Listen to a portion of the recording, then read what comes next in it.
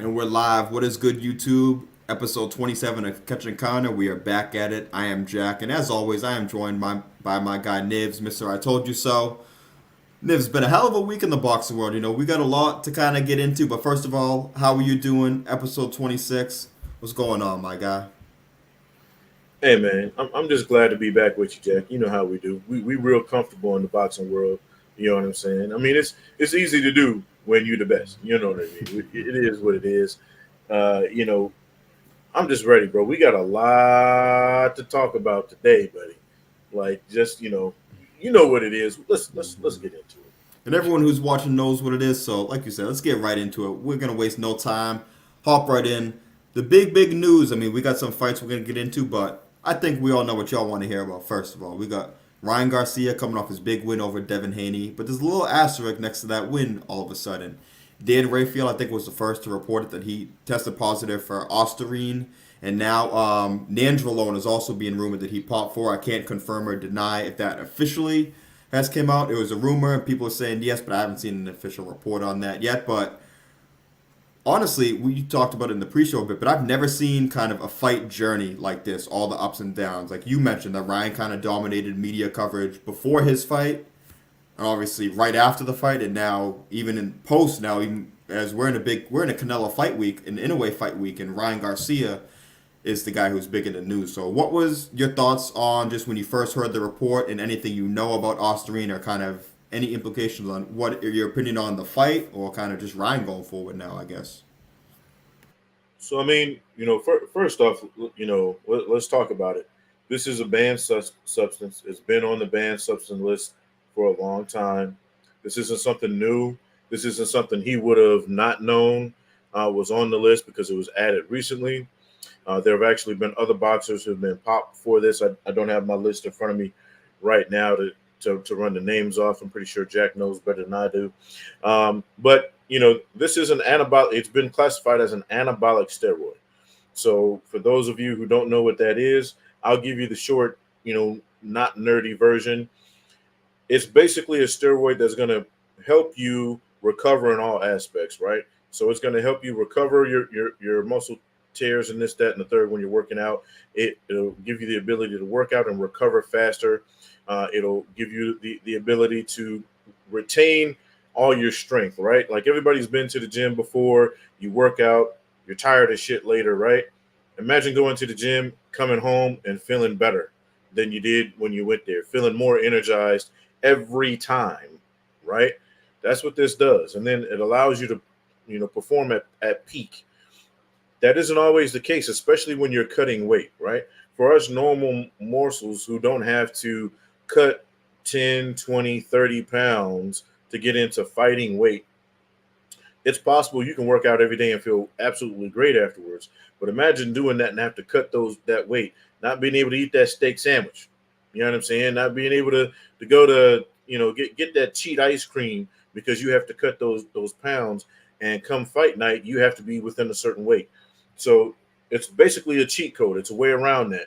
Then you throw in the fact that he wasn't fighting exactly on weight anyway. It makes it look bad, bro. It makes it look real bad. I don't know Ryan Garcia, any more than you do as far as personally. He is a friend of the channel.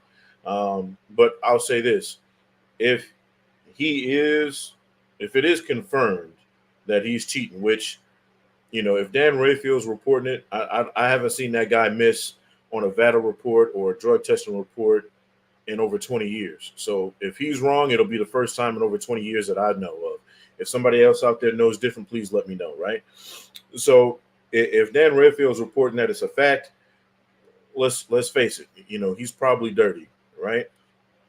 Now we'll get into the weeds of it later on. They'll find out how much of this substance was in the system. Was it a minuscule amount that probably could have been ingested by something else, or was this shit in there, pretty heavy? Maybe it was light because he was trying to clean it out. At the time, we've seen that happen a couple of times, right? So either way, any presence of an anabolic steroid in your system is bad, bro. And if it changes everything for Devin Haney, they should, if he's proven to be guilty, I think you take that L off of Devin Haney's record. Even if they don't officially do it, I will personally. I won't hold it against him. It kind of restores Devin Haney, in my opinion. And you know, look, bro, it doesn't look good for Ryan Garcia. I mean, I don't know if he gets banned. The fight took place in New York. I don't know if New York just bans him. If everybody kind of uniform on it. I mean, look, everybody knows my opinion on cheaters, bro.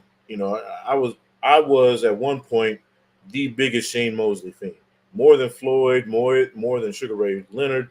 Like Shane Mosley was my guy. The second I found out he was cheating, I didn't fuck with him anymore. It just is what it is, bro.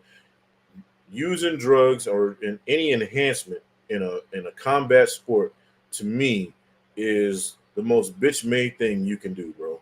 Because you could literally kill somebody in that ring. You can change their whole life because you want an advantage. If he's dirty, I don't fuck with that at all. So that's just my opinion, but that's just me. That's the thing for me too, and we'll get into. We got Jeff in the chat. Appreciate you tuning in. We got Felix in the chat. So Jeff, kind of from Bourbon and Hello, Boxing, fellas. kind of just even speaking on just steroid makes you faster, stronger, reflexes better. And Ryan did look bigger, stronger, and faster than we'd ever seen him. Felix says Dan Rayfield lost credibility when he called him out and he blocked him on Twitter. But I will say I'll agree with you. Is one thing about Dan Rayfield is you might have your opinions, you might have gone back and forth with him, but he seems to just be honest about things. Seemed that he wouldn't have a reason to take a Devin Haney side or Ryan side in this. He's kind of just reporting what he's heard. Now we got to see how this whole thing follows through. The B sample, 90 something percent of the time comes back the same. I've actually heard rumors already that it did already come back the same. We got to see on that. But Jeff also saying he think if proven, Devin should take bigger action, sue for breach of contract, set the example. That's the first thing I want to touch on. Is if this is all true, I really do feel bad for Devin Haney. Because even going into this fight, he was kind of in a lose-lose situation, I thought, where going into the fight, if he had knocked Ryan Garcia out in the first round, which realistically wasn't going to happen, but if he did, people would have said, oh, you knocked out a guy in the first round, but he wasn't ready to fight. All the signs were there before the fight, this and that, no matter what performance he had.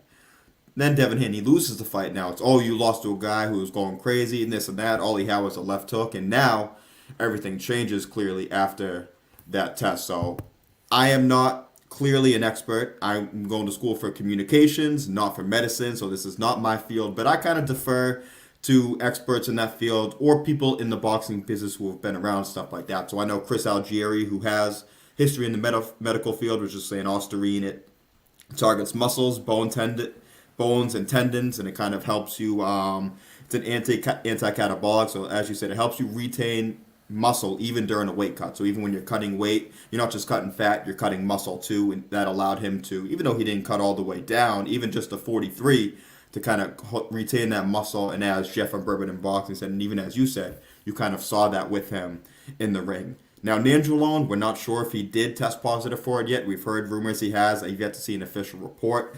That one is an anabolic bodybuilding drug, and Algieri kind of described it as a testosterone bomb. So either way, neither one of those two are good.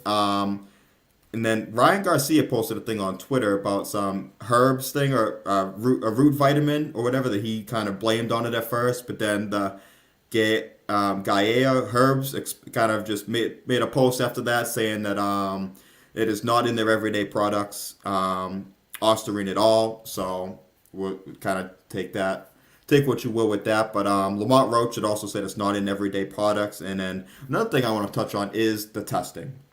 Because a lot of people were saying, oh, why would you let him fight if you knew that if he tested before the fight and he tested positive? But one thing about that is that it doesn't come out that early. Stephen Breadman Edwards, who's clearly been in the sport a long, long time, mentioned that is that it's impossible to get results that quick. Just even to be sure you don't contaminate it or anything, you got to take the time with the substances. People who have been around USA Boxing have said that it takes, on average, kind of 10 to 14 days for official results. And even when Amir Khan tested positive for the same exact thing, he got a 2-year ban from that. And even those official results didn't come out till basically a month after the fight. So a lot to kind of take away from here. But the one thing I want to touch on especially is there's a lot going on. But for people who don't know, just the fact that the results do come back at a later date. It takes certain time. So obviously the commission did not know at the time of the fight that he had popped dirty. And one other thing too is that Sean Porter has mentioned it on his podcast before, because Sean Porter's dad, Kenny Porter, obviously a very old school kind of strict guy. And Sean had a headache or something one day, and then he went to go take something, just go to a CVS and get something. Kenny kind of took it out of his hand and said, "What are you doing? You're never sure what's in these kind of things, so you're always responsible. Even if Ryan didn't mean to take it and it somehow wasn't something, you're always responsible for what goes into your body." I've been around high level athletes in boxing and in other sports. They track every single thing that goes into their body just to avoid something like this. And Sean Porter has even mentioned that there's like a 24/7 number that you can call. I don't know what if it's in Vegas or where it is, but you can always call a certain number. He would know more on that, fighters would. That you could always call to say, okay, if I take this, will I pop for anything? And they will have the answer for you. So kind of a lot to take away here, but those were just kind of, I'm not an expert at it, so I wanted to kind of share what people who would have a better idea what they had to say on the matter. Yeah, I mean, to kind of go off of, you said these guys are responsible for what goes in their bodies, right? Everybody was on the Canelo train bandwagon of him being dirty years ago. Ended up being the tainted meat situation. Pause. But you have to take into consideration. Yes, they use albuterol in the cows, right? In Mexico, everybody knows this. Again, this isn't something new, and Canelo lives there, so he should know this more than anybody, right? They actually have a thing that's been going on for years where they tell international teams that play international sports, right? If you're competing in Mexico, do not eat the meat because you will most likely test positive and not be able to compete in any way, shape, form, or fashion, or some kind of way null and void your team's record for Olympic competition. So if you're there, you should know this. Again, innocent enough, the levels were low, but guess what? You're responsible, bro. If you take supplements, you should know what's in them. You should be, and if you don't, it's still your responsibility. It's like if you get into a car accident, right? If there was no way for you to avoid the accident, but you still had it, guess what? It's still your responsibility. You still have to be responsible for it. You have to take man up and do what you got to do. It's nobody's fault but your own. Deal with it. Shit happens. Keep it moving. But to come out here and blame everybody else, he's coming out saying, "You guys know I'm not dirty." No, we don't. We don't know that. How are we supposed to know that? We're not in your camp. We're not training with you. We don't know. Like I hate it when fighters come out and start blaming everybody else and saying, "Well, y'all know I'm not dirty." No, the fuck we don't. We know you haven't been caught. Shane Mosley was saying that before he got popped. Y'all know I'm not dirty. Well, you are. Then he goes to trial and they prove he's been dirty for a long time. So guess what, bro? We don't know that you're not dirty. We know this is the first time you've been caught, or at least it's been, you've been accused of being caught of being dirty. We'll figure it all out once the B samples come out. There, like you said, there's only been maybe a handful of guys that have been able to contest it and win in recent memory that I can remember. I don't even. I mean, Alicia Baumgardner proved herself innocent, but outside of that, you know what I mean. So, look, if you're dirty in boxing, I think there's a special place in hell for you, because what you could do to the other person in that ring is atrocious. I mean, we all saw it with Antonio Margarito. He wasn't taking supplements. This dude was bringing weapons into the ring with, wrapping his hands in plaster. And, for some reason, they still let him box someplace. I don't know why, how, or when that happened. But if you're dirty and you're cheating, any advantage to me that isn't natural, you need your ass whooped, bro. Bottom line too is Ryan Garcia saying, "Oh, you said that. Oh, I would never take steroids. I would never cheat this and that." Well, he already proved to us that he was able to kind of cheat the weight. He came in 3 pounds overweight, so you kind of lose. Not that that means he took the steroids automatically or took any other substances, but you kind of lose the benefit of doubt when you've already proved, kind of almost by any means necessary, you'll do what you can to win. Not in a good way. We know a lot of guys do anything by all means necessary in a good way to win, but it is crazy too, just because it's probably going to become a no contest if these become if these reports do become true, and Devin will get the loss off his record. But what you said was important because does he get the loss off his record? Yes. It doesn't erase the punishment that he took in that fight, though, and that's what people I think don't realize enough about that. Even when Cotto fought Margarito, it's a whole different situation, obviously. But yeah, Cotto came back and he was able to beat Margarito after that and have some wins, win other titles. But he was never He was quite the never the same same. guy after exactly, never quite the same guy. So when you take just especially Devin looked good early on, but from round 7 through 12, when you get hit with the amount, you saw his draw after the fight too. When you take the punishment that he did, especially now if we see there's a little extra juice behind some of those punches Ryan was throwing, if that all is true, that is something that can clearly affect his career. He might get the loss off his record, but the punishment will stick with him forever, and that is the one thing that does worry about me going forward. It's not just that fight, right? What happens if Devin doesn't look the same in his next fight, his next three fights? You know what I mean? He's probably had a plan on moving up to 147 at some point, just because that's where he's naturally going to fill out at, right? What is he going to do at 147? You know, and then we don't know what kind of damage that does to him, you know, in his brain. Every fighter gets concussions because you're in there getting knocked around, right? You don't know what that's going to do to him going forward, bro. You we I think of it like this, right? We all talked about Errol Spence and what he looked like post accidents, and then you know what he looked like in there against Crawford, right? He looked like two totally different dudes.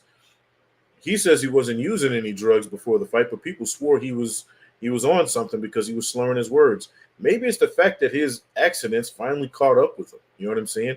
Those impacts to the brain, whether it's a small accident or a big one, there's an impact there. This dude was in a ring with a guy who was taking anabolic steroids, hitting him. And here's the fucked up thing: Ryan Garcia already hits hard, right? Like he doesn't need the steroids to hit hard. But the fact that now he's got the enhancement of the steroids, he's hitting twice as hard as he would normally, bro. That's gonna fuck somebody up. And you've seen it, you know, with Devin. He hasn't really been the same Devin since during the fight and since, right? You've seen his interviews. He seems like a completely different guy. So we'll see, man. I don't like it. I'll say this though. If he can prove that he's innocent, hats off to him, and I'm pretty sure he'll ride with that. You take all the hyperbole and the feelings out of it, cheating is cheating, bro. You know what I mean? And I think he should get a ban. There should be a hefty fine. And to be honest with you, I don't really need to see them fight again. In my opinion, I would like it for Devin to be able to get a clean fight in with him and see where they land there, though. And then this leaves this open, right? We were talking about this before. They got 6 fights before this fight. That was supposedly Game 7. Now we know Game 7 somebody cheated. All right, do we run it back? Do we send the rings back? You know what I'm saying? What goes on? I'd like to see how it plays out. Yeah, it's almost like that good old when you used to win like the Reggie Bush thing, like you'd win the Heisman Trophy, but they find out you were getting paid, so they kind of strip you and vacate you of that. So that's kind of in a similar way of how this situation is being treated. We'll have to see. Nothing's official yet. The fight is still a win for Ryan. It's not a no contest. He hasn't been suspended or anything, so we shall see how the rest of that plays out. It will certainly be an interesting story to follow. So we got a few other supporters in the building. We got Hybrid as always. Appreciate you tuning in. We got Ray in here. Ray was going back and forth with Dan earlier. Said he deleted his comment. They're pushing it for a reason. So Ray's on the conspiracy side on this too. So tune in Monday. You guys will have to hear. He's got a lot to say about it. So tune into the Boxer Shop. Shout out to them. He'll have a lot to say about that on Monday. But that is the so it's Ashwag Gondar route. I kind of tripped up and I was trying to think of what the name was. I didn't know what it was. So that's the route I was talking about earlier. And they kind of put out a statement saying, "Hold on, Ryan, you ain't putting this on us. We don't have any of that in our stops." And so he was walking around. Good looking out for looking that up though, bro. Yeah, and then Felix saying we'll have another dinner celebration to celebrate him being undefeated. Hey, we'll have to see. Well, this time, as we said before, that was more, I think, kind of, you put the deposit down for the place, so you might as well live with it. No 24-hour cancellation. I know we were kind of laughing about that, but Jeff also saying not only as a fighter, but the damage to his reputation, to the fans, and the business side, this fight might cost him millions. I think it certainly will, especially first any lawsuits that could happen, and even if he's out a year or 2 years, that's a couple of potential huge paydays that he's going to miss that he would have had coming off a win like this. But as you said, You put something like that in your body, you kind of reap what you sow. So whatever comes down on him at this point, he's got no one to blame but himself.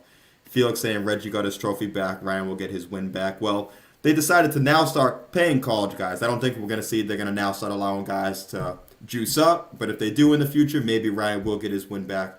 We'll have to see on that. But we got some real fights this weekend.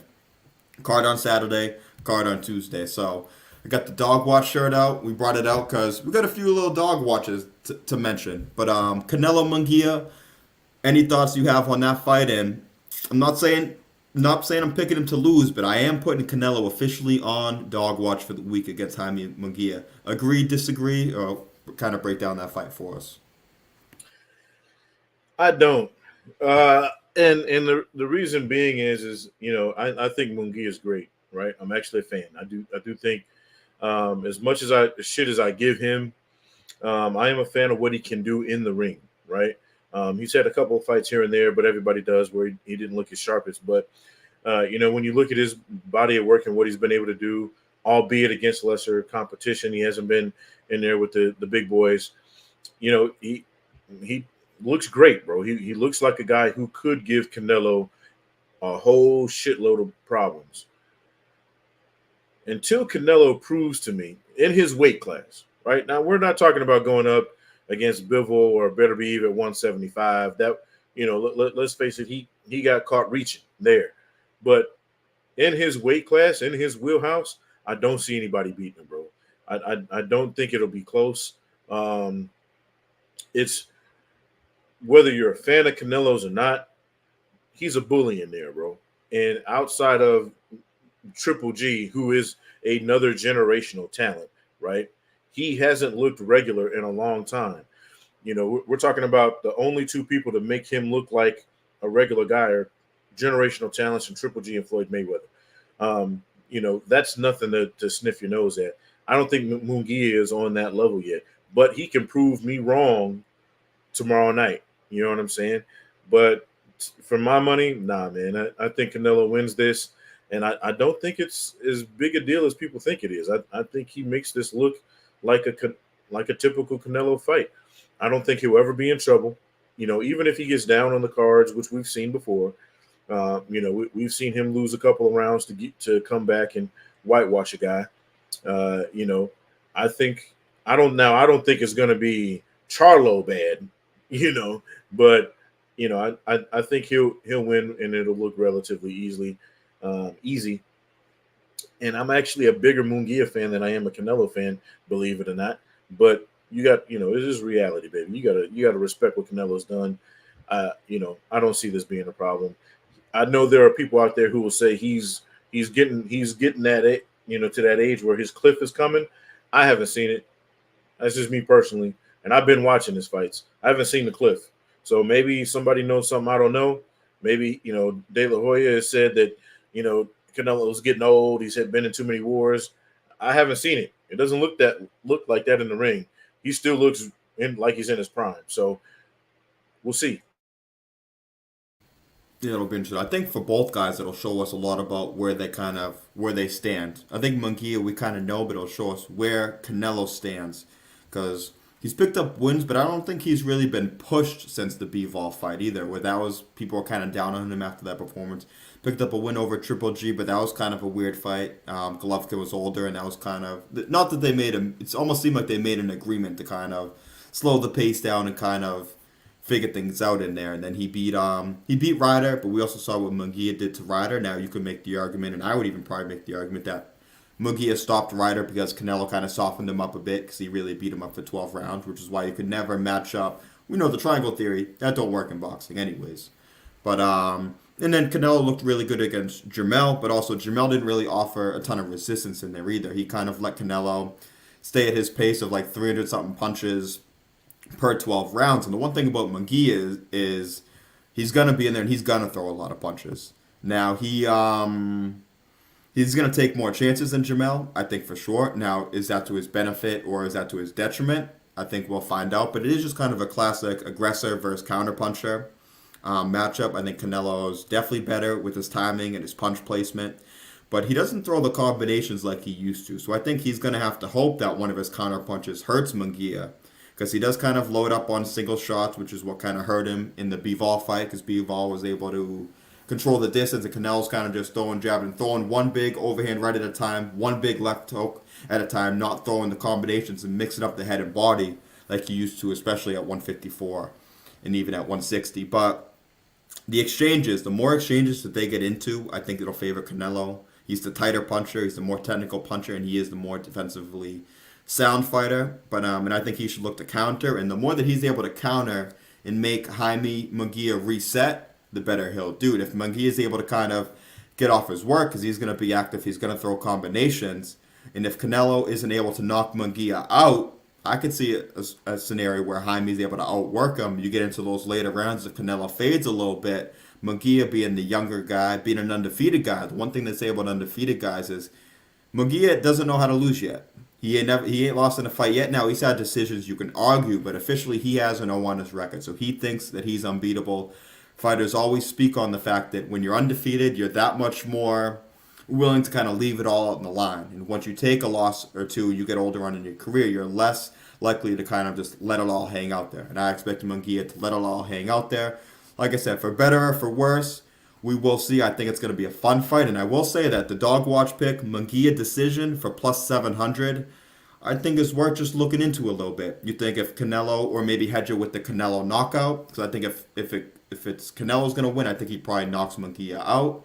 If he doesn't knock Munguia out, if Munguia's chin's able to hold up, the activity, the volume, the youth, I think could make this fight interesting down the stretch. I really do. I mean, you make an interesting point, Jack. I mean, yeah, Munguia is going to come in there with that value, but you could have said the same thing about Jamel. You know, why wasn't he throwing punches? Because Canelo made him not do that. You know what I mean? It's what did Mike Tyson say? Everybody got a plan until they get punched in the mouth, baby. You know what I mean? That's the most genius shit I've ever heard in my life. It's real because you're going to come in there with a game plan. It's just like, when guys used to fight Sugar Ray Leonard, they'll tell you, oh, I can beat him because of this. Floyd, I can beat him because of that. Pacquiao, oh, well, I can beat him because of these holes. And then you get in there and these guys beat you and you're like, well, damn, why? Because they're different, right? Canelo's a different dude. You can have a game plan, come in there and try to execute it. And really outside of Bivol, nobody's really been able to hold their game plan true. You know what I mean? Bivol and Floyd, even Triple G, he had his issues, in a couple of rounds with Canelo. But we're talking about two guys who were probably, most people got Bivol high on their pound-for-pound list. Floyd retired at number 1. Triple G, we're talking about a perennial, pound-for-pound list guy until he retired, whenever the hell that was. So you look at what Canelo is able to do, and for me, it just comes down to, is Munguia on that level? I haven't seen it yet. I haven't seen him on a pound-for-pound level, and I think Canelo has been living in that space for a long time. And I think really, unless he, with all that volume, unless he lands something that hurts Canelo, which is easier said than done, because I can't remember the last time I saw Canelo hurt in a fight. So unless he lands something that gives Canelo pause, you know what I mean? Then I really don't see him winning this fight, because I think even with the volume, Canelo is going to be able to take the volume, but it's what he's giving you that's going to give you the problems. He can land 10 punches around, but those 10 punches are going to hurt like a bitch. You know what I mean? He hits different, and Charlo found that out. Everybody before them, they find that out. Canelo hits harder than a motherfucker. So we'll see, bro. I just think Canelo is on a different level than Munguia. I'd love to be wrong, because that would be a changing of the guard. We all love to see that, the younger guys come in there. But I haven't seen Munguia do it enough at this level to give him the nod over Canelo at this point. And even the volume, as you brought up, it's a path to victory the guys look to use, but Munguia's not going to use it the same way a guy like Bivol did, where Bivol's doing it, but Bivol's a Soviet style. He's up on his toes, and he's in and out, using a lot of straight punches and using the distance, using his feet. Munguia ain't really a boxer like that, let's be real. He's in there, it makes for entertaining fights, but his volume is going to leave him susceptible, like you said, for whatever he's dishing out. He better be able to take it coming back, because it's going to be more Canelo's going to catch someone here, counter, here and there, catch and counter, just like our name. But It'll be really interesting to see because I do think what Munguia's path to victory is will probably put him in the most danger because he's not going to be on his toes boxing. So it's going to be interesting and really excited to see how it plays out. But we got Jeff. Anyone know the size of the ring? You can jump in if you know. I don't know the size of the ring. For me, in this one, it's not as much of a big deal to me as it would be in other fights, just because I don't see Munguia using his feet to move around a lot. I'd guess probably a 20 by 20 since we haven't heard. But you never know the way boxing is. We might pop up and they might be an 18 by 18 tomorrow out of surprise. I don't know where. So never really know. Felix said he's taking the bet for sure. I'm guessing that's the Munguia plus 700 by decision. And that's my thing is, if I had a gun to my head, I would pick Canelo to win the fight. I want everyone to know that for sure. Ain't no doubt about it. But I'm looking at the plus 700 for Munguia by decision and saying, hey, is there a path to victory that I could possibly see? Yeah. So for $10 to win 70, I think it's not a bad idea. Now, if he loses, don't come at me next week asking for your refunds of your $10. Bet responsibly, as always. Yeah. That was just my 2 cents on that one. But Hybrid talking about getting into the undercard, which we'll switch over to the undercard right now. Looking forward to seeing Stanionis after a long layoff. And Amanda Stanionis from Lithuania is a very fighter who I've been a fan of for a while, honestly. Even before the Butayev fight, I really, really liked. You know, he sits kind of in that shell defense. He blocks a good amount of shots, and he's very sharp with his offense. All starts with that sharp jab, and he's very methodical with how he can kind of break you down. We got a lot of good guys in this undercard. We got he's on the undercard. Mario Barrios is on the undercard. We got Jesus Ramos on the undercard. We got Brandon Figueroa on the undercard. What is the favorite undercard matchup do you have, and why, or just maybe the fighter you're looking forward to most on this undercard? You know, first off, shouts out to everybody coming in on weight, right? Everybody on the card made weight. You can take that for what you want. Yeah, I mean, everybody's mentioning this, and you mentioned it before, and that's my thing. If you get a plus 500 on any heavyweight fight, but any fight of this magnitude on this level, put a little something on it. And so you're right to put, you got a little extra $10, $20, go ahead and throw that on that plus 700. Plus 700, hey, it's boxing, baby. Anything can happen. So I'll address that first. But yeah, secondly, thank God everybody came in on weight. Looking at the lineup right now, one, I want to say kudos to the matchmakers. This is a good, solid card. It's not anything that blows me away. But I'll tell you this. I'm the most interested, not necessarily on the fight itself, but I'm kind of interested to see where Mario Barrios is after the biggest, to what I consider the biggest win in his career. You know what I mean? So I think, in getting his titles, and he's had some space since then, but I want to see where he's at now because we kind of not heard his name in a little bit. I want to see where he is against a good opponent, and see where he lands at that 147 because I think the jury's still out by most people, but yeah, that to me, I want to see that. I saw Jesse Magdaleno was on the card. Yeah, he's the one guy who actually missed weight, by the way, too. So they were fighting for Figueroa's 126-pound title. He comes in at 128.5. And unlike Garcia, Magdaleno's not really a huge guy you'd think at that weight. So unlike where Ryan's was an advantage, this one could be a disadvantage. But we'll never know till they step in there. But that is the one guy. So almost everyone made weight. Everybody else is ready to go, though. Yeah, I think Brandon handles him, though, in my opinion. I think weight be damned in that fight. And then Stanionis, I mean, it's always fun to watch that dude. Like I've never not seen him in an entertaining fight. So I'm glad with that. But yeah, I mean, for me, just because Mario Barrios has proven his mettle to me, and I respect that dude. I want to see where he's at going forward. So that's the biggest one for me. Yeah, we both always liked Barrios. Even before, I've been a fan of Barrios even before the Tank fight, before the Thurman fight. A lot of people thought the Akhmedov fight was close, but anytime you see a guy have a tough fight and drop a guy in the 12th round to kind of pull out the decision, I always give a guy like that respect. He's proven that he doesn't duck any smoke. He signed the Tank fight. He signed the Thurman fight.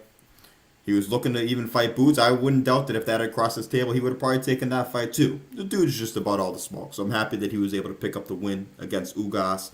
Seems like Bud's going to move up and fight Madrimov, which is a fight I really, really like. But bottom line is that interim title Mario has should become a full title. Same with Stanionis. That regular title should become a full title. I think in a perfect world, and I even think in a realistic world, the one we live in, we see the winner of those two fights fight in a unification later on this year. Now, these matchups are two interesting matchups. Barrios is in with Fabian Maidana, the brother of Marcos Maidana. Fabian Maidana was actually supposed to fight. Remember when Pacquiao was supposed to fight Spence and then Ugas stepped in for Spence? Yep. Maidana was actually supposed to fight Ugas in that fight. So I've kind of known his name since then. Don't know too much about him, but people who have been around him and know him better than I do say he's, I mean, we can expect with the name Maidana that you can hit pretty hard. So they say he's a harder hitting guy. So I'm expecting maybe a sleeper of a fight, kind of a banger fight. I think Barrios with his skill, with how sharp he is, and just the way he kind of picks his punches really well. I expect him to probably win this fight. But it's a fight you can never sleep on a guy named Maidana who's got a punch behind him. So I'm really excited to see that one. But I agree with Hybrid and Jeff from Bourbon and Boxing that this is my favorite fight in the undercard, and that's Stanionis against Gabriel Maestre. This one's really interesting. Maestre is the guy who's kind of infamous for, he robbed Michael Fox a few years ago, one of those really bad robberies. And that ain't his fault. That's up to the judges, the WBA, all those kind of things. But I was kind of out on him after that. He's turned pro. He's only got a few pro fights, but he was a really successful amateur from Venezuela, I think. But then he came in on the B side and he knocked out Trayvon Marshall last year. So that kind of put him back on the map. I expect Stanionis, he's the rightful favorite in this fight. But as Hybrid mentioned before, he's been off for a little bit now. I think Maestre's fought a couple times since Stanionis last fought. He's coming off a knockout win. Maestre is a well-schooled guy. He's been a multi-time Olympian. He just knocked out a hot prospect. So that is the fight that does most intrigue me. And I didn't know until this week that those two have actually fought before. I think they fought in an international tournament in 2015 in the amateurs as pugilist time. Right on time, pugilist time. Perfect timing right there. They both fought in 2015 in an international tournament. Stanionis won that fight. I do expect him to win this fight, but you never know how a guy's going to be with that activity, so we shall see. But then Figueroa and Magdaleno. Magdaleno's been a name in the sport for a while. It's tough to say how much that he has left. He just lost to Raymond Ford last year, but Raymond Ford's a hell of a fighter too, so I'm not putting any shade on that. Raymond Ford is, we saw how he won his world title. He showed he's about that business earlier this year too, but bottom line is Brandon Figueroa is all action. He might not be here for a long time, but he's here for a good time. Him being active is great for the sport. I'm excited to see him back. We shall see how that one goes. But Jesus Ramos also won this undercard. You excited? I think he's on the Amazon Prime prelim, so he had the controversial fight with Erickson Lubin. But hey, I tell you what, 54 is kind of on fire now, but Jesus Ramos should still be in the mix there. You excited to see Jesus Ramos back, especially considering, I know you're an Arizona guy. 54 is wide open, and I still give Jesus Ramos a chance against any of these guys at 54 too. So what's it like to see him back and also to be on the free Amazon portion? I think it's a good way to kind of grow his name because a lot of viewership could potentially be on that fight too. I tell anybody who's coming up, those free cards is where it's at. Yeah, you might get paid more to go on these pay-per-view cards, but I'm here to tell you, in long term, if you want to be a big name in this business, get on some of those cards where people don't have to pay to see you, that are going to be put on bigger platforms, because guess what? More people are watching those than they are the pay-per-views. More people can see you, and they appreciate the fact, if you're a person who fights on a regular basis, right? They appreciate that shit. People forget the Muhammad Ali's and the Joe Lewis's and all them. You were able to watch those fights on TV, at least those guys at least once or twice a year. So with that being said, look, you're right. Like 140 and 154 to me are the deepest. You know what I'm saying right now as far as world-class talent. We're not just talking in general. We're talking like there are, you could say, at least 10 to 15 guys in each one of those divisions that could legitimately be a champion someday or give any of the top guys in the division all the business they want, right? And the beautiful thing about the guys at 154, just like the guys at 140 recently, they're fighting each other. That's what we want to see, right? Records be damned, they're in there fighting each other. And nobody's complaining. Nobody's, hopefully, knock on wood, nobody's testing dirty, any of this shit. Guys are fighting each other, and they've been giving us some damn good fights. So I know Ramos is, he had a stinker, in his last fight, with Lubin. I think we all thought that was going to be a classic. I know I said it was, and then it ended up being, I fell asleep halfway through it. But I'd like to see him bounce back. So yeah, to your point, I'm excited to see where he's at. He's been off for a little bit, so it'd be good for him to get back and get a good solid win in the division and move on to some better things. Yeah, hybrid echoing your point also about 54 and 40 both being on fire right now. And Pugilist saying he's watching this fight closed circuit, courtesy of Regal Theaters. And that's always cool to see. I always do like that. I think any activities like that are good for the sport. You used to see that a lot back way before I was watching any boxing. That used to be kind of, I guess, a common thing. You used to see a lot of people going out and do that. So I think that anytime you see that, a lot of bars and stuff don't even show boxing anymore. So anytime you can see these mainstream fights get attention like that, on more of these mainstream kind of activities, that ain't the worst thing in the world for the sport. But like you said, Jesus Ramos maybe wasn't in the most eventful fight against Lubin, but shit, I'll tell you one thing, that he's in there against a guy who's going to be coming to take his head off. Johan Gonzalez from Venezuela, 33 years old. A lot of people might not know the name, but he's 34-2 with 33 knockouts.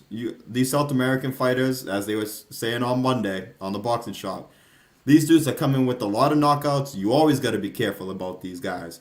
Even just, he kind of reminds me of, we've seen a lot of guys going back 10, 15, 20 years, but even a Roman Villa, just as of recent, had a lot of knockouts. Now he's on the scene as a kind of a legit guy at 147. So I do expect Ramos to win, but it's kind of a risky fight coming off of, no matter what you thought, if he won or lost, it's officially a loss on his record. You're coming back against a guy at 34 wins with 33 knockouts. Now I do expect Jesus to win, but it shows you kind of what he's built about it, that he's saying, okay, I might have had a little setback, but I want to get thrown right in the fire, and let's put me in some of these big fights at 54 right away. And that's why you got to love it, bro. Don't give me the easy way out. Don't give me a dude who's I should beat. Give me a guy that can actually give me some work. Give me a guy in there that I got to be afraid of, right? We talk about it all the time. Comebacks are important, but it's how you come back that's even more important. So, you get a guy that's coming back, you got to respect the dude. Nobody, and here's the thing, nobody would have said shit to you if you'd taken one of them easy bounce back fights, right? And, after a loss.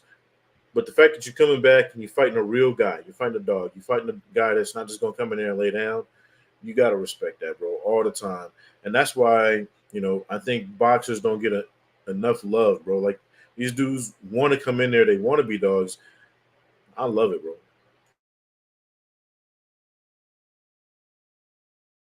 And as Felix is saying, remember, we broke the news of the Ramos return on this show. So, as y'all know by now, you guys are tuned in. We appreciate all y'all tuning in. But this is why you tune in to our show, because you get to hear things like this ahead of time. We knew about Jesus Ramos returning before anybody else knew. And that's why y'all knew about it. So that's why we appreciate y'all supporting us as always. But really quickly, just we'll go do this before we get into our last topic. But Jeff asking our thoughts on Jose Ramirez last week. Tell you what, the fight was entertaining, probably more entertaining than a Jose Ramirez fans would like to see. He was in against Francis Barthelemy, and man, Barthelemy really couldn't miss with that left hand. And Jose showed me he was able to bite down. I think it's in front of, whenever you're fighting in front of the hometown crowd, you never want to, not that he feels embarrassed, but you always want to kind of put on a show. And I think just some of those left hands woke him up, and he was able to win the fight, but it was alarming to me how often Rancis is a crafty veteran, so this is no shame in that. Those Cuban guys always know how to pick their punches, but he was able to land that left hand over and over again. So a guy like Jose, his strength has always been his physical tools, his aggressiveness, and kind of his output. And he's able to kind of, as you mentioned earlier, Canelo being a bully. Jose Ramirez is kind of the same thing in a completely different style, but kind of bully you in the ring. So as he ages, someone who's taken a lot of great tough fights, has been in a lot of great fights, I wonder how much of that he has left in the tank, just because you can only have a great chin for so long. You can only just kind of have the output and just the aggressiveness that he has for so long. So I'm not sure how his style is going to age. I think it's gonna make for entertaining fights. I'm not sure if for his career it's the best thing or not. But did you have any thoughts? Did you see the fight last weekend by chance between Francis and Jose Ramirez? I sure did, and I'm not worried, and I'm not worried for this what you just mentioned, right? Rancis is as crafty as they get, right? You put him in there with anybody, he's going to do what he does. And again, he's a dog. We talk about this all the time. There's a difference between just being an opponent and being an opponent who wants to win. He might be in the part of his career where he's the opponent, but he's an opponent who says, I can beat these guys. You know what I'm saying? So he's coming in there to do that. And he's a sniper, bro. Like you said, them Cubans, bro.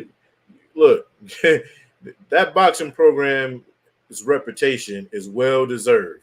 Let's put it that way. There's a reason these guys come out and can be instant pros, or you see them all the time in the Olympics, doing very well.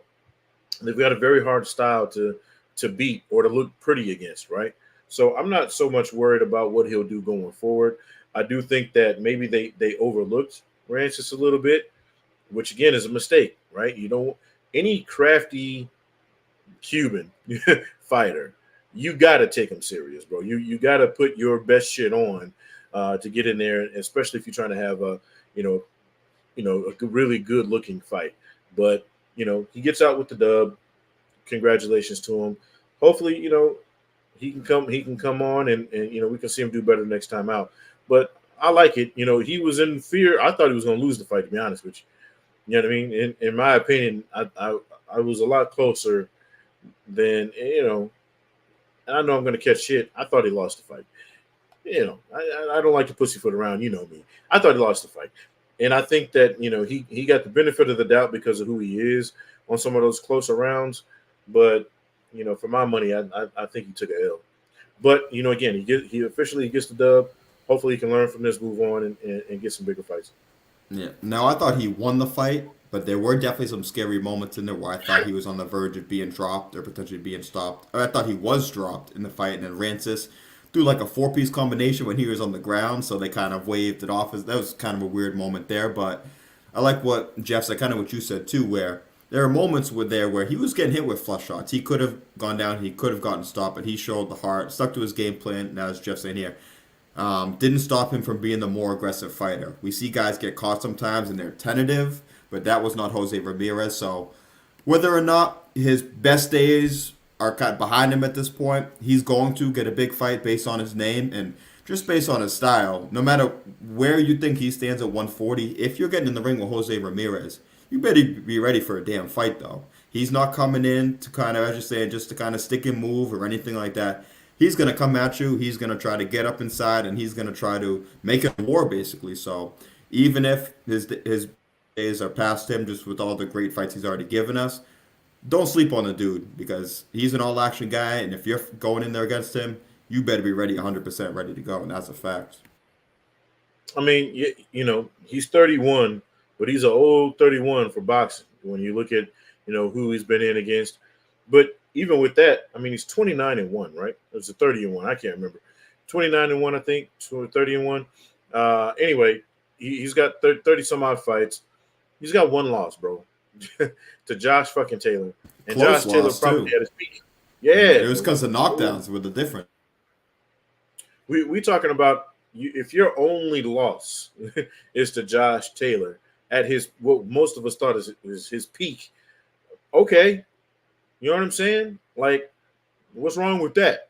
So I think at 31, though, because not just because of the age, but because of the kind of fights he's been in, he's got maybe one or two really good big fights left before I think the slide does start to just happen naturally because you can't take that kind of punishment forever, bro. So I'd like to see him get in there and get his paydays before, this is over with. 100%. But I think he's got a suspension because of the knockdowns. I know when guys get knocked out, they got to be on suspension for a minute. I think because of the punishment he took in this fight, I think he's got to sit out a little bit, if I'm not mistaken, at least for California. Okay, it could be a little bit. And Hybrid saying here doesn't know how well he do against a champion like Matias, and I think that's the wrong kind of style matchup for Jose at this point. I think that Pugilist mentioned. I think Jose Ramirez and Regis Prograde fight. That's a pretty cool undercard fight. Two guys who lost close fights to Josh Taylor. Can you can kind of put those guys in the mix, and maybe it's an eliminator fight where one guy kind of takes a half step back, but the other guy revives himself and kind of becomes a contender. Hybrid saying it was a close fight with Taylor. Taylor did use some dirty tactics. I know the second knockdown was kind of in the clinch. They were supposed to break, and he kind of hit him. Josh Taylor was able to get the win, but a very close fight. I think the knockdowns, besides the knockdowns, would have been a draw. But nonetheless, we got another big fight to talk about real quick before we get on out of here. Monday morning, early in the morning, early for me, even earlier for you. Tokyo Dome. I think it's the first major event boxing in the Tokyo Dome since Mike Tyson and Buster Douglas back in the day. Now, Yeah. we'll get into the fight. Is there any chance at all on earth that we see anything like Mike Tyson and Buster Douglas? Or what are your thoughts? Or is Inoue going to just kind of do the Inoue thing as we most likely expect? There's that much chance that anything other than Inoue doing what Inoue does happens, in my opinion. Right? I don't see it, bro. I've been looking for holes in Inoue's game. He's had a couple fights where he didn't look like completely dominant, but you were never in fear of him losing the fight either. You know what I'm saying? I think his last fight, he had that, he had the little bit. He let you in there like, oh, wait a minute, maybe this dude can do something, for like a split second.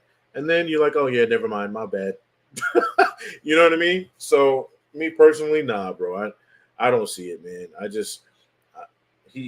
That man, like they just said in the comments, that man is special.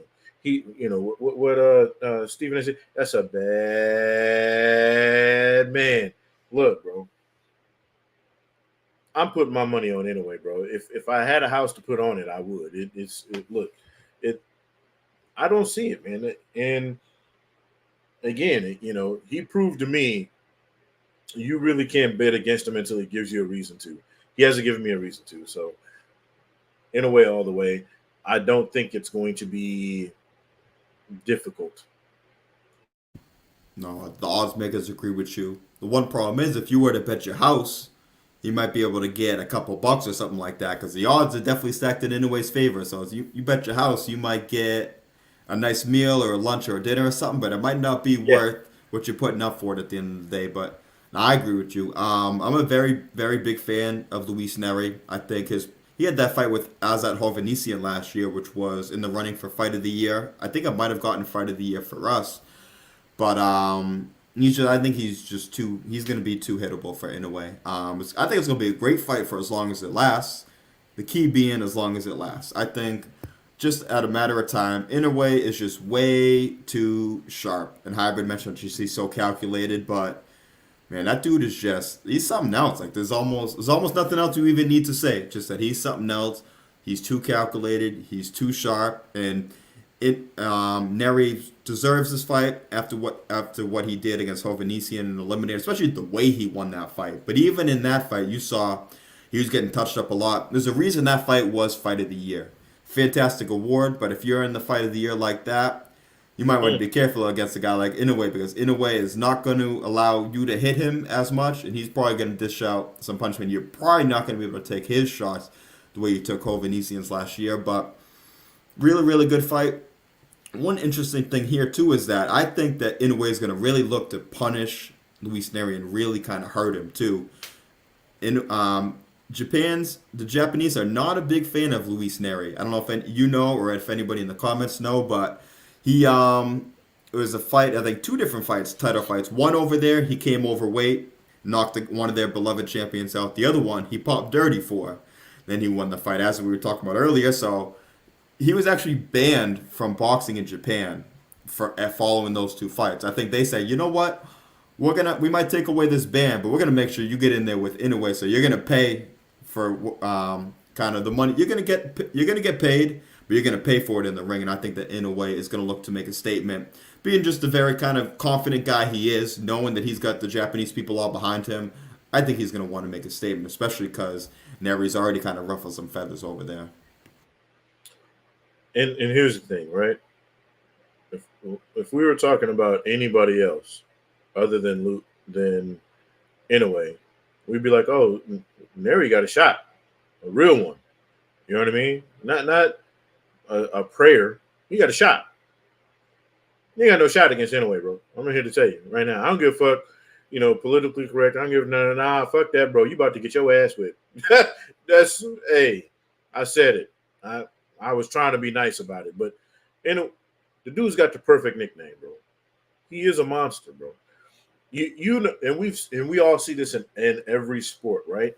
There's that one guy where you watching, whether it's football, basketball, hockey, baseball. That dude walks onto the field of play or into the ring, and you go, that guy. It's a wrap. People talk about it with John Jones when they see him in MMA, right? You just watch me. Okay, I get it. You know what I'm saying? You look at Roy Jones back in the day, Roy Jones Jr. back in the day. Everybody go, okay. You don't see it until you see it. People see him fighting and they go, I get it now. I watched Inoue fight for the first time and I was like, got it. Don't have to say anything else. Got it. That's what we're talking about here. We don't get it every generation. He's a generational talent, and hats off to him for bringing the attention to the smaller weight fighters, right? This guy started, I think, at damn near minimal weight, right, or some shit like that. He was a real small guy. 108, yeah, so almost. Yeah, I mean, guy started at 108, and now he's fighting. You know what I mean? Like, you have to take that into consideration too. That a guy that small is naturally knocking out people cold blooded. I mean, what he did to Stephen Fulton, I'm still not over. Still not over it. I'm mad about it, but I'm happy about it at the same time because we get to see this generational talent. There's nothing in Nery's arsenal that scares me if I'm in Inoue's camp. Period. There's no boxing. There's no power. There's no dirty tactics. There's none of that shit where I'm going, okay, I need to be afraid of X, Y, or Z.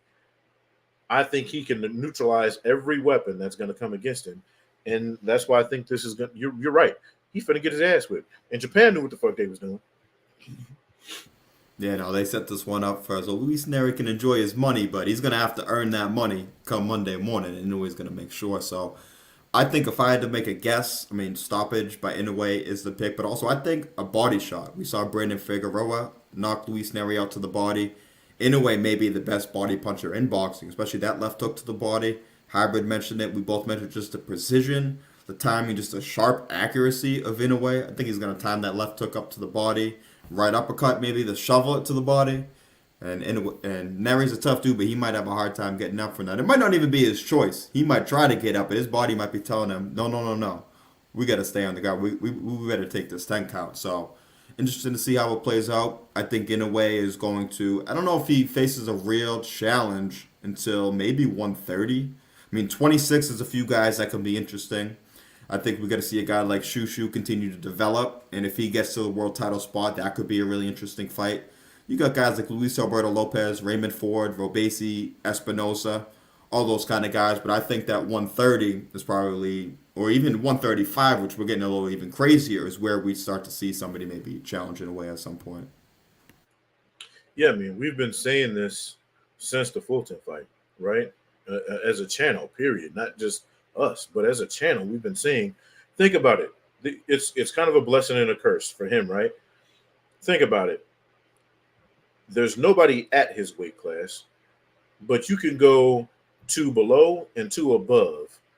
Two weight divisions below, two weight divisions above his weight class, and say, okay, give me a fight where you're scared Inoue doesn't win, or at least doesn't make it look really, really fucking hard for the top person at that division. I'll wait. I'll be honest with you. I don't think there's anybody at 126, 130, 135. Maybe 135 is where he gets into some trouble, and that's We're talking about two names, and you know who those two names are. I don't even need to say them. He's got two names at 135 that he'd have to even think about worrying about. That's how fucking crazy this is, bro. We're talking about a guy who started at 108, and he would have to go up to 135 to get a challenge. Come on, man. Come on, bro. And we talk again, and we're talking about two guys, and I'm not even too Mm-hmm. sure he got to worry too much about them. Mm-hmm. We got Jeff here saying, can he get high enough to challenge Tank? I wouldn't want to see that fight at 135. I'd want to see it maybe at a catch weight. Leonard Elby says Tank can still make 130. So maybe Inoue gets up to 26, gets up to 30, and then you make the fight. But I think making that fight at 35 might be it. And as you said, I'm not one to sit up here and doubt Inoue to say he couldn't go make some noise at 35. But I think 30 is more realistic for that fight. Felix saying Jordan Martinez. I do remember commentating his fight on this channel. Great fight. You can go back and look up his name. We have it up here. Me and Dakota did commentary. He's one of Nery's sparring partners for this one. The one thing about Luis Nery is that dude can crack too. He's got an equalizer. So not that I expect him to knock out Inoue or anything, but I wouldn't be surprised if early on in that fight he hits Inoue with something. He kind of not shakes him up even, but kind of gets his attention early on because I'm sure Felix, Jordan could attest to that. That Inoue, I mean that Nery, everybody says the dude hits really really hard. So that is one thing to look at. But like you said, skills pay the bills. Inoue's got the skills to be able to get the job done regardless. But you look at that, right? Just think about that. Shout out to Felix for mentioning Jordan Martinez. And I'm pretty sure he's gonna get Nery all the work he deserves. And you're right, Nery does hit hard, but guess what? Nonito Donaire hit really fucking hard too.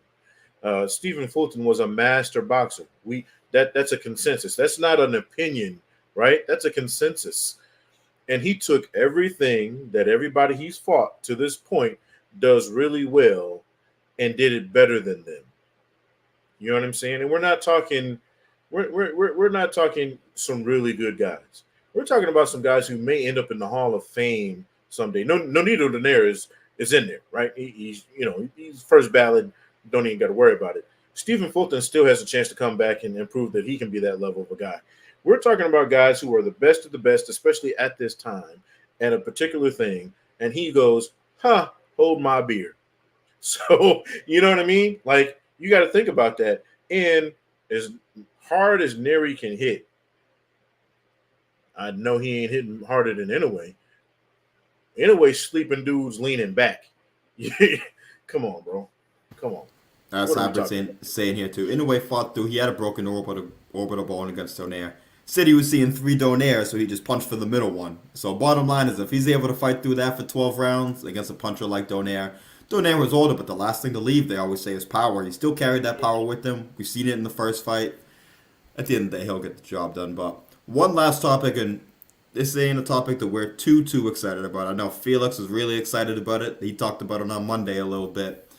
But we do have an official ruling that Mike Tyson and Jake Paul is going to be a professional boxing fight, which is weird though. I mean, the Texas Commission, let's be real, they've always been a little shady, a little suspect. A lot of things have kind of gone on there that we might agree or disagree with, or agree to disagree with. But it's going to be 14-ounce gloves, 8 2-minute rounds, but still a sanctioned pro fight.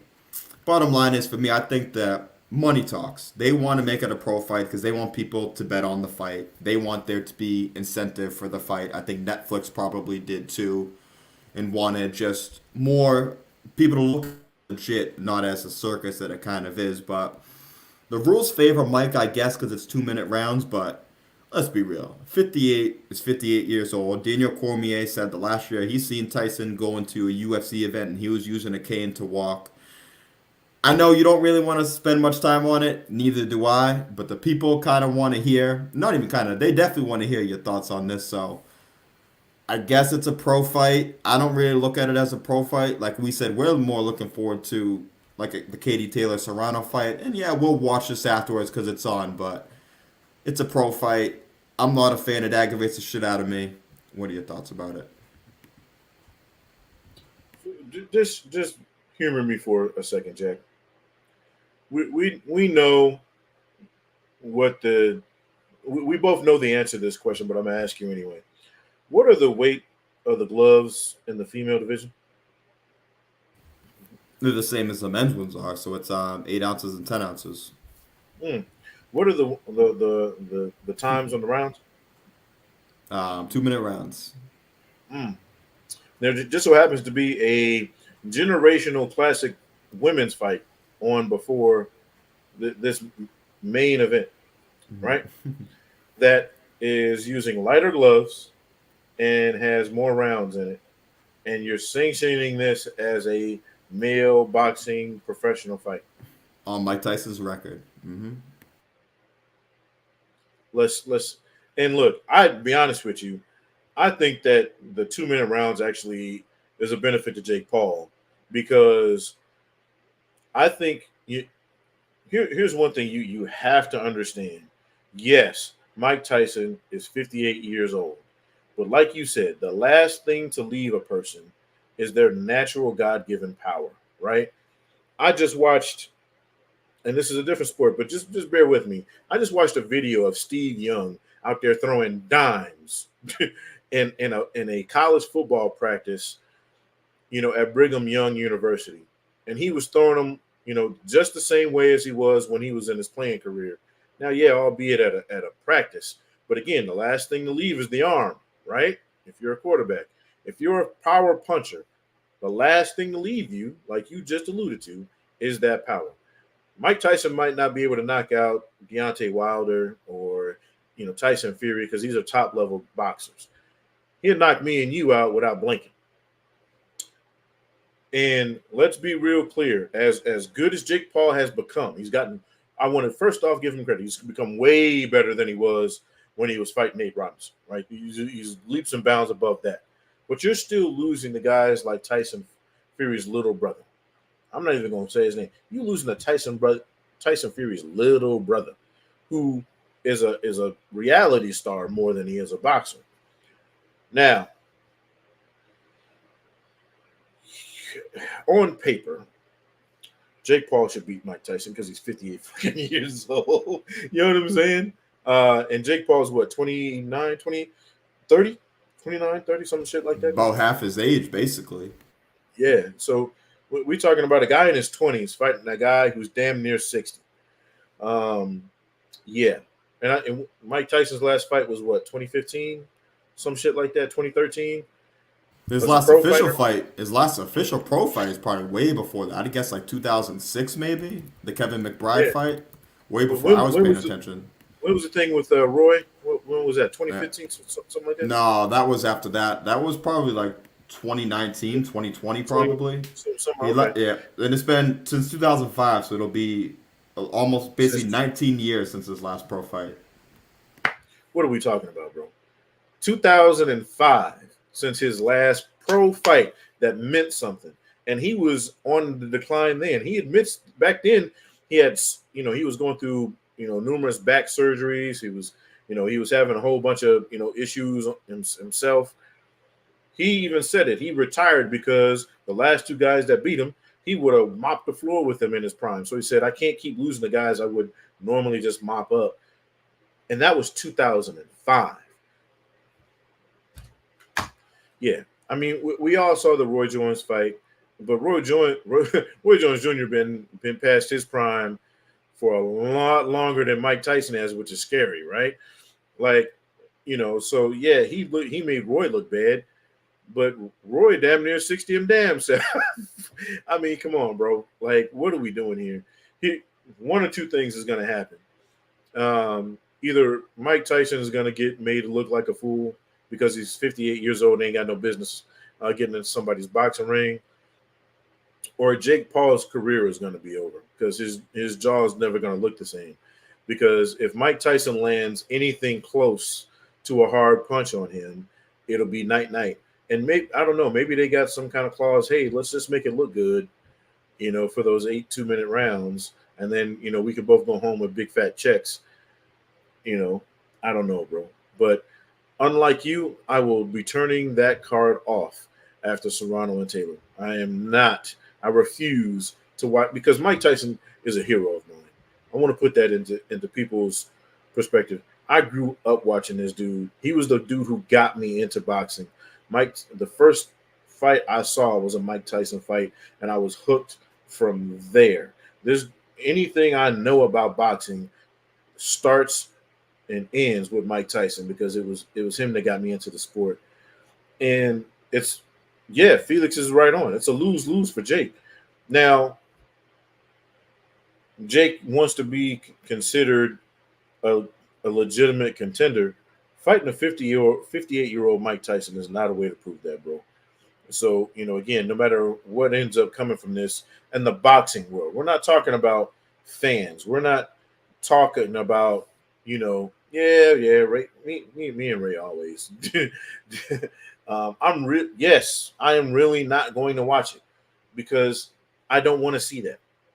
I don't want to see it. I don't want to see something bad happen to one of my childhood heroes, and I don't need to see him beat Jake Paul. You know what I mean? Like I don't need to see that. Okay, you know what I mean? No, I'm good, bro. That's just me.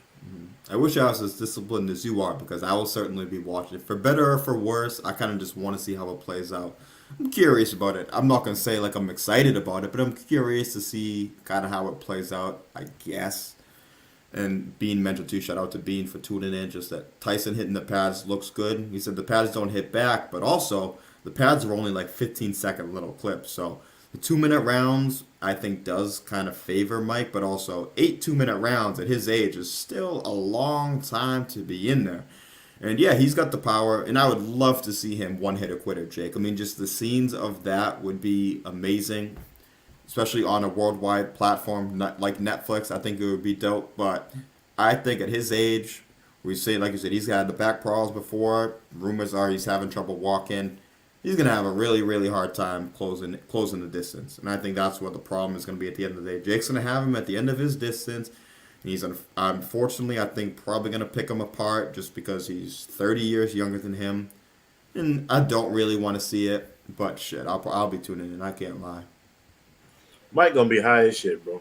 He got his business. Mike gonna be high as fuck. Jake Paul better hope he is, because I know that kind of calms Mike down. So Jake Paul better pray to the Lord that Mike Tyson is for that fight. Otherwise, you never know. Like I say, one punch can change everything. And as Mike Tyson himself said, everyone's got a plan until you get punched in that mouth. But see, here's the difference, right? Mike Tyson has gotten hit by some of the biggest hitters in the game. Now, yeah, he's 58 years old, so his punch resistance is probably way worse than it used to be. But I mean, he's been in there with the James Bone Crusher Smiths. He's been in there with the Razor Ruddocks. He's been in there, with the Lennox Lewises. Yeah, now he got knocked out by Lennox, but albeit again later in his career. Mike Tyson has been in with some guys who hit really fucking hard, and he's walked right through their fucking punches. Trevor Berbick to win his first title. So now again, none of that really matters because he's 58 fucking years old. So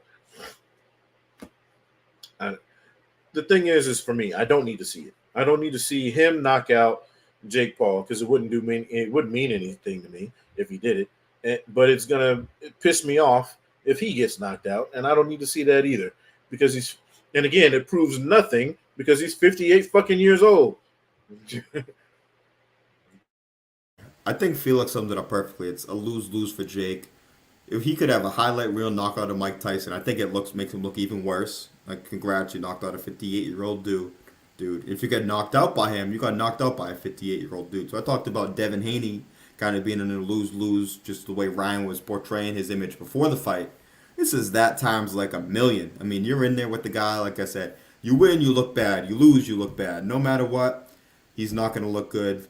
He doesn't give a shit what we think. All he gives a shit about is the bag of money that he's going to get for this fight. And best of luck to him. Best of luck to Mike. Jeff says old man strength is real. That is real. It'll be interesting to see how it plays out. But I hope Mike's getting paid a lot of money. I'm sure he is. And I guess I'm happy that he's able to get paid one more time. I don't want to see him active on BoxRec. That's going to be really weird to see him like ranked among the other guys. Like, how do they rank him versus the other guys? Because he's got wins, but they were before I was even born. We'll have to see how that all plays out. But that is about it for episode 27 of Catch and Counter. Your boys got to get up early in the morning, but we ran through all these things as we do in about a little over an hour. So we did our thing. But if y'all watch the show, y'all know how we end the show. I got a local card. I'm Real going quick, to. Yeah. Mm-hmm. Felix will kill me if I don't mention this. Yeah, There's sir. Tucson Boxing Fitness grand opening party tomorrow, Saturday, May 4th. Come out, meet all the trainers. There's going to be food trucks, 10 a.m. to 4 p.m. If you're in the Tucson, Arizona area, 6261 North Oracle Road, come out and hang out. It's going to be a great event. Just wanted to mention that real quick before we get out of here. There you go. And I'm going to give you the floor anyways, but Tucson area, like he said, go support them. Go support anybody in local boxing. I'm going to be going to a card on May 11th. I know about 5 or 6 different guys who won there. Granite Gym Promotions, Chris Trietti's running the show. So I'll have a little more information on that show next week, but next Saturday I'll be going to that. But Nibs kind of, you know the deal. Give these people the lay of the land, why they should support local boxing, and just, you know, the benefits of not only it is for the fighters, but the community and just boxing as a whole. We just talked about him. Mike Tyson. Where did he come from? The streets of New York, right? He didn't come. Mike Tyson didn't grow up with a silver spoon in his mouth. He didn't grow up with a lot of money. He wasn't a Jake Paul, right? This dude was literally fighting for food when he was a teenager. Somebody got a hold of him and turned him into who he is now. But he started off literally fighting in the streets for food, fighting it, and he still goes back to his local area now, and they show him the most love ever. Why? Because he's their guy. Support the people that grew up with you. Support the guy that lives next door. Support the guy that you see shadow boxing in the street because he can't afford his monthly gym membership. Support the guy that you see running every morning at 4 or 5 o'clock on your way to work, right? That's out there just trying to fight to get on to a car to potentially make money to feed his family. They are you, right? These guys are you. If you can't support yourself, then who can you support? You're supporting the people that look like you, live where you live, or from where you're from. So support them because they are going to be somebody someday, whether you like it or not. Even if it isn't a superstar, they're going to be somebody in the sport of boxing. A lot of these guys don't always, that's another thing. And a lot of these guys don't always end up being the big star fighters. Some of these guys end up being world-class trainers. Some of these guys end up being nutritionists. Some of these guys end up being lifelong, training partners, right? For some of the biggest names in the sport. It isn't just the guys that you're supporting because they're going to be big names and the sport making millions of dollars. They could be the guys behind the scenes helping these guys make millions of dollars. So again, get out there, support your local events, support your local gyms, support your local fighters. If you get in any events that you can get into, again, what like we say all the time, whether it's at a local gym, whether it's in a cornfield, whether it's at a football field, go out there, support these guys. You're supporting your local economy, and you're helping these guys reach their dreams. As I always say, I couldn't have said it any better. That's why I closed my mouth and I let you say it. So appreciate all y'all. That is it for episode 27. As Hybrid says, let's all enjoy a good day of boxing tomorrow and a good week of boxing. We got fights on Monday. We got fights coming up next Saturday too. Lomachenko, Kambosos. I'm going to a local card also. So salute to all y'all. Man, we really appreciate all y'all in the chat. You guys really help us. You guys give us ideas, bounce things off, give your opinions. Because we always like to hear y'all's take on things too. So we appreciate it. As always, that is it for episode 27. Shout out to the Boxing Shop. Tune into them on Monday, and then we'll be back at it Friday. So I appreciate